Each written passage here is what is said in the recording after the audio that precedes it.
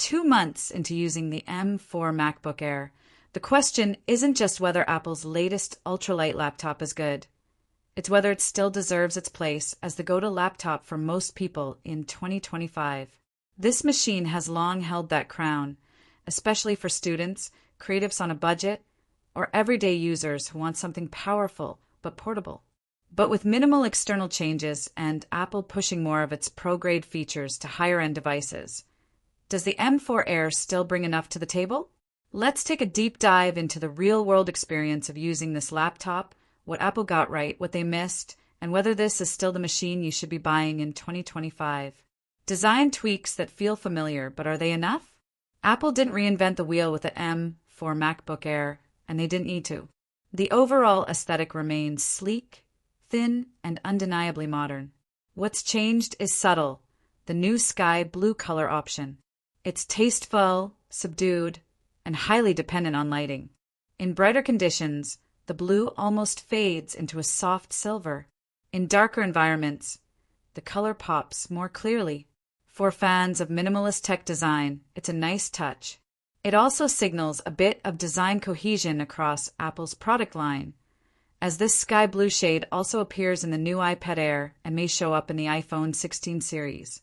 The camera, while still built into the notch, finally adds some smarts with Center Stage, a feature that keeps you in the frame during video calls. It's genuinely helpful for people who move around during meetings or like working in more dynamic setups. There's also a desk view mode that can showcase what's in front of your laptop, ideal for showing off sketches, keyboards, or even physical notes. M4 Power, but what does it actually mean? The M4 chip is Apple's next step in silicon evolution. But does it bring anything groundbreaking to the MacBook Air? Performance-wise, the leap from M3 or even M2 isn't massive, at least not in everyday use. But where it shines is efficiency. It's cooler, quieter, and better at handling multitasking without chugging battery life. That makes a big difference for people who use the Air as their daily driver for light editing, writing, web browsing, or video calls. For heavier tasks, like video editing or working with large creative files, the M4 is certainly capable, especially with the 10-core GPU configuration. But let's be honest, if you're doing that kind of work daily, the MacBook Pro is still the better fit. Still, the Air with M4 holds its ground well. The performance, bumped, might not be revolutionary, but it keeps the laptop future-proof for at least a few more macOS cycles. Who is this MacBook Air actually for? This isn't just a student laptop anymore. The M4 MacBook Air can be an excellent family device, a business workhorse, or a portable option for creators on the go. Its real strength is flexibility. If you're buying this for school, you'll appreciate the lightweight build, solid battery life, and display size options. 13-inch for ultra portability or 15-inch for immersive workspaces. The 15-inch variant gives you extra screen real estate, a larger trackpad, and better thermal performance due to the added chassis space. For corporate environments, this is the laptop you want employees to use when they're juggling emails, web apps, or attending video meetings all day. It handles productivity tasks effortlessly and fits into any workspace, home or office.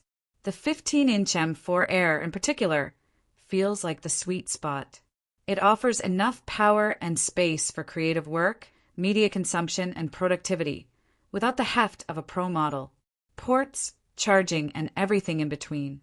Yes, you're still limited to 2 USB-C ports and MagSafe for charging.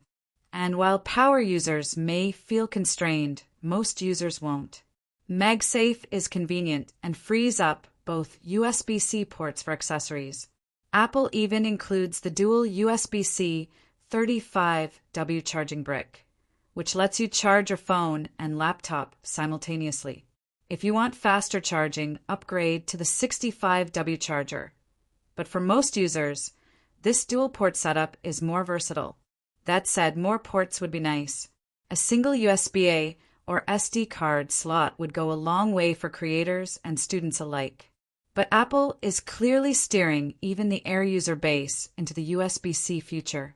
Display and speakers still a mixed bag. The MacBook Air's display is stunning for a device in this price range. Bright, color accurate, and sharp, it's one of the best in its class. But it lacks some of the more premium features found on the MacBook Pro, like ProMotion, 120 Hz, or Mini LED. If you've never had those before, you won't miss them. But coming from a Pro model, the downgrade is noticeable. And then there's audio. The speakers are decent, but not excellent.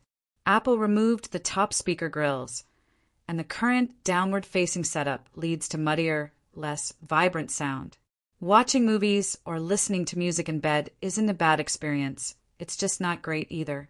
If you're someone who uses their laptop for a lot of media consumption, you might want to keep a Bluetooth speaker or good headphones nearby. What's still missing? There are two things we still wish were here. Better audio already discussed, and a nanotexture display option. Nanotexture glass helps reduce glare and reflections.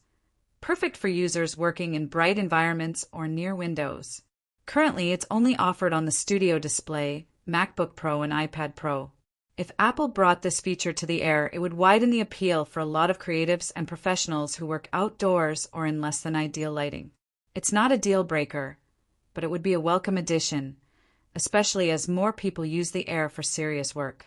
Storage and RAM advice in 2025. Let's talk configurations. In a time when apps and macOS updates are getting heavier, 512 gigabytes of storage is quickly becoming the minimum. If you're planning to keep this laptop for several years, 1 terabyte of storage is the sweet spot. You'll avoid the headache of constantly managing space, especially if you're dealing with media files or large apps. RAM is another key factor. 8 gigabytes works, but 16 gigabytes is the safer bet. More apps stay open longer. The machine handles multitasking better, and it gives you more breathing room for future macOS updates. If your budget allows, go 16 gigabytes per 1 terabyte and never look back. Final verdict, still the best? If you're using a Windows laptop or an older Intel Mac, the M4 MacBook Air will feel like a huge leap forward. It's snappy, efficient, light, and modern. Even compared to the M1 model, the jump in overall polish and screen size if you go 15-inch is meaningful. But if you're on an M2 or M3 model, there's no burning reason to upgrade. The improvements are subtle, and unless you're pushing your machine to its limits, the M4 won't change your workflow dramatically. This laptop doesn't aim to be revolutionary. It aims to refine what's already great, and it largely succeeds. With Apple's best mix of price, performance, and portability, the M4 MacBook Air still reigns as the best all-around Mac laptop for 2025. And if you're wondering whether to wait for something better, it might be a while before Apple makes a leap this good feel this effortless again. Would you consider getting the M4 Air, or are you holding out for something else? Let us know in the comments. And don't forget to subscribe for more from Technology Review.